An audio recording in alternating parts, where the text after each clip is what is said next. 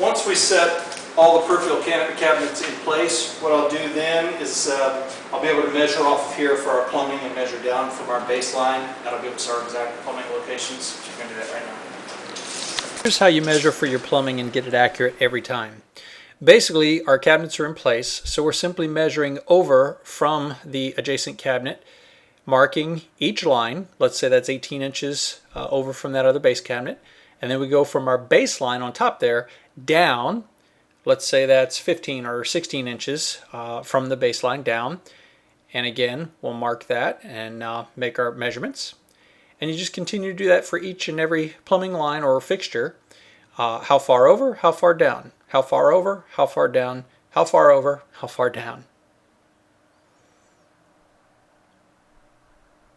Now, quick word of caution. We're using framed cabinets. See that right there?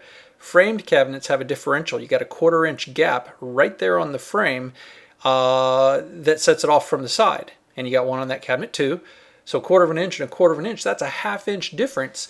If you are measuring from the side of that cabinet, just like we just did, and over to the plumbing lines, that's a 1/2 inch difference that we need to deduct from our measurements when we go over to our cabinet and start measuring over. Now, there's two ways you can do this. One, you can deduct the measurement, that 1/2 inch on the cabinet side as you're measuring, which is what I usually do because I just do it all the time.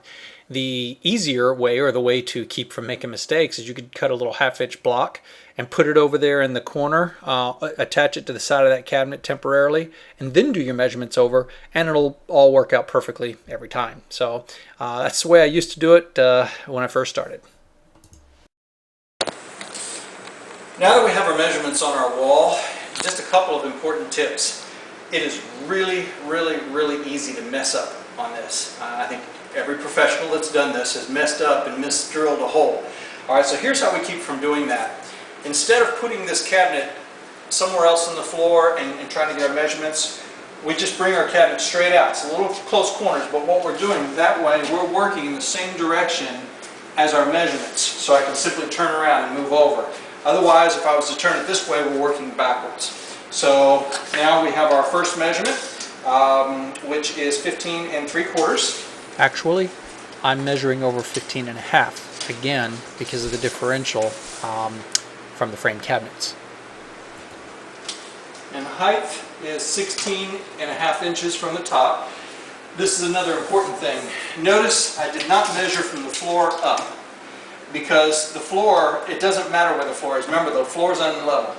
This is our baseline, so we're always measuring down from our baseline. That's going to give you an absolute measurement. So we want to come down 16 1/2 inches. So from our baseline down 16 1/2 inches. And again, that was 15 3/4. And then I just draw a little circle around it, because you're going to have a lot of lines like this. This means there's a hole going there.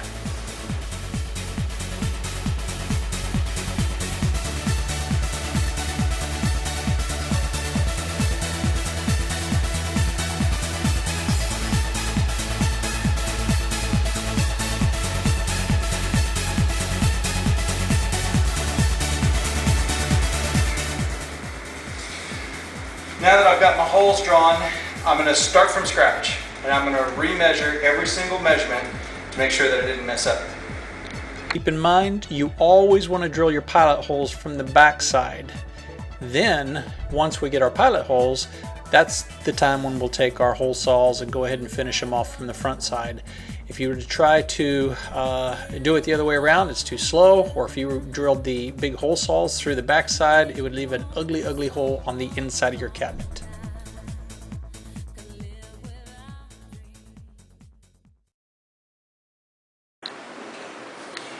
Now that we have our sink base, the holes cut out for the plumbing and the sink base in place, now we can go ahead and tie this stile together and firm it up back here.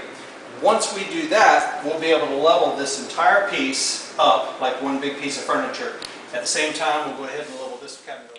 Quick note, normally we would attach all of our cabinets in any given run, especially in the corners. I always connect all 3 cabinets at least and level them up all together. But we didn't in this case because it's a sink base. And the sink base has plumbing that's coming out of the wall. And remember, we're going to have to raise that cabinet up a little bit. Therefore, you have to level it up and over the plumbing so you can slide it in place. Well, it'd be a lot more difficult to do that if you had 3 or 4 cabinets in a row. So that's why we only connected the 2 in the corner, then did the sink base, and then connected them together. Let me show you what I'm talking about. We're actually looking inside the sink base cabinet at our holes that we've cut for our plumbing, and you can see the plumbing peeking through from behind. You can also see that they're not lining up too well because these cabinets need to be adjusted up about 1/4 of an inch. Just one more reason why we don't use shims. Think about it. We've got to get this cabinet up and over the plumbing back towards the wall.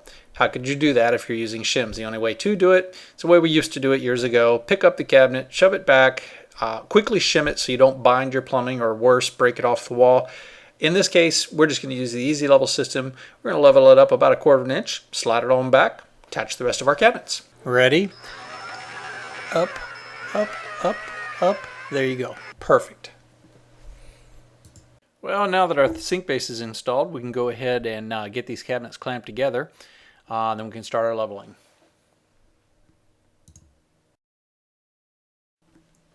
Don't forget, you must always attach the back of the cabinets together. So again, we're leveling one big piece of furniture. Just takes one screw in the back and a shim and you're good to go.